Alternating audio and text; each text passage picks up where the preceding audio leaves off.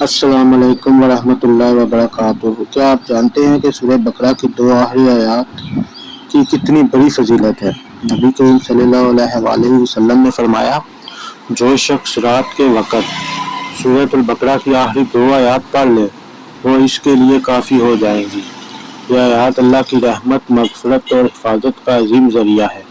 ان آیات میں بندے کی طرف سے اللہ کے سامنے ایمان، عاجزی اور دعا کا اظہار ہے۔